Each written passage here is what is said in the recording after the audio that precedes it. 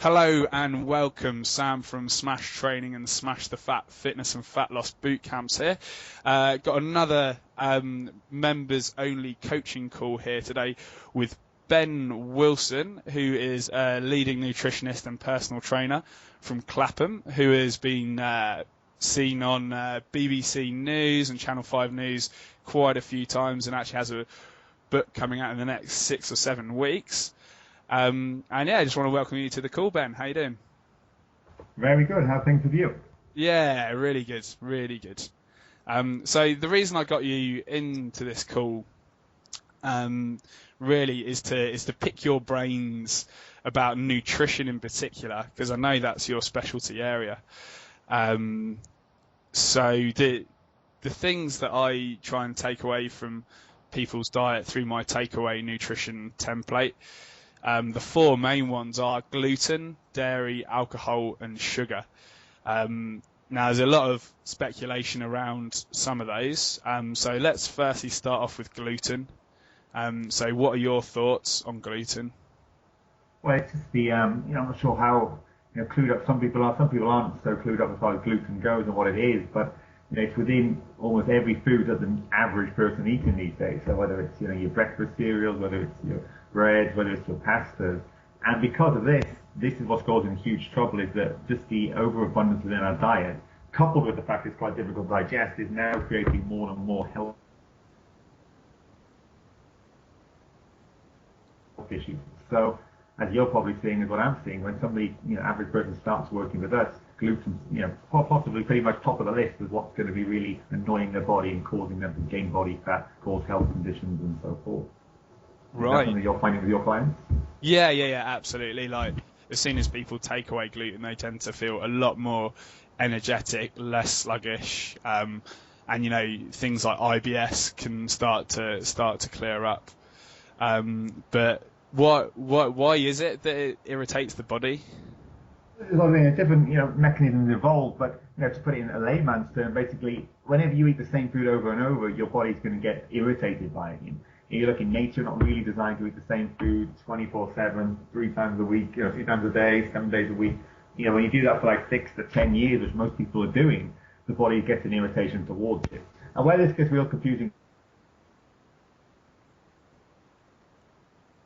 for the clients, for normal people, is that food sensitivities are so subtle, you barely even notice the effects. A type 1 food allergy is when you eat a nut and your throat swells up and you rush in a hospital. You really know that you've got this because it's so obvious. But the gluten sensitivities, dairy sensitivities, and any food sensitivity, they're so subtle. Is the only way they're showing their impact on you could be that you're 1 or 2 stone overweight. But if you've been overweight for like 2 years, it's very hard to link A with B, and this is why it's very important to cut out these foods to give your body a bit of a respite and sort of an experimentation. And this is what I get with my clients. It's all very well to give the science behind this, science behind that, but there's nothing as good as a practical experiment in your own life. So if you cut something out for 2 weeks and you lose 2-3% body fat, you feel more energetic, you've got better digestion. You don't need the scientific explanation behind the fact that you feel better 2 to 3 weeks after cutting out a food group or a related set of food groups.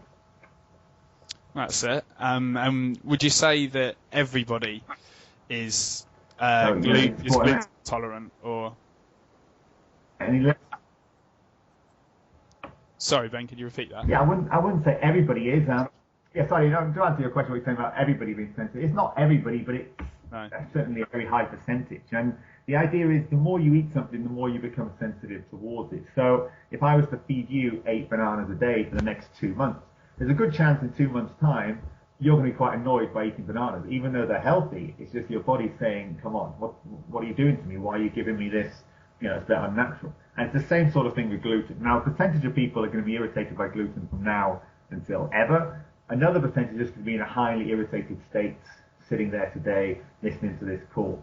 And for those 2 groups of people, obviously they'll want to take it away. But, the nature of the human body, the wonder of the human body is that some people will be able to handle and take gluten nicely. In general, if you look at what the diet is and you look at the results you've got, if you're not in the results you want to be, there's a good chance that this is one of the first ports of calls you need to be going to look at as far as why am I not in the shape I want to be? More importantly, what can I do about resolving this issue? Right.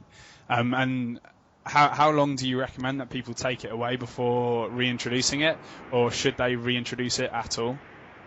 Well, I'm more on the old positive side of things. If you take something away and you get positive results, there's no real reason to reintroduce it just to test to see if you feel awful. You know, in the nature of most people's lives, you know, at some point you're going to get caught out at a party and it's going to come back into your diet without having to actively look for it or force it into your diet. That's my personal view, is to cut these things out, look for the positive results, and as I'm sure you've experienced, the vast majority get positive results. There's no need to just try and make yourself feel awful one weekend in the name of an experiment. You know, eventually it'll happen, and then you'll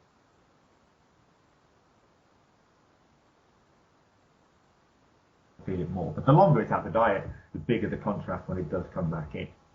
Right, I see. So I think we've pretty much cleared up gluten. That's the first port of call in terms of sort of like trying to sort out your diet for health and fat loss.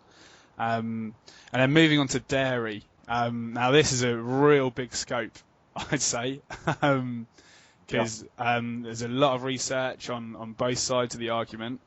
But let's start off by asking what are your thoughts on dairy?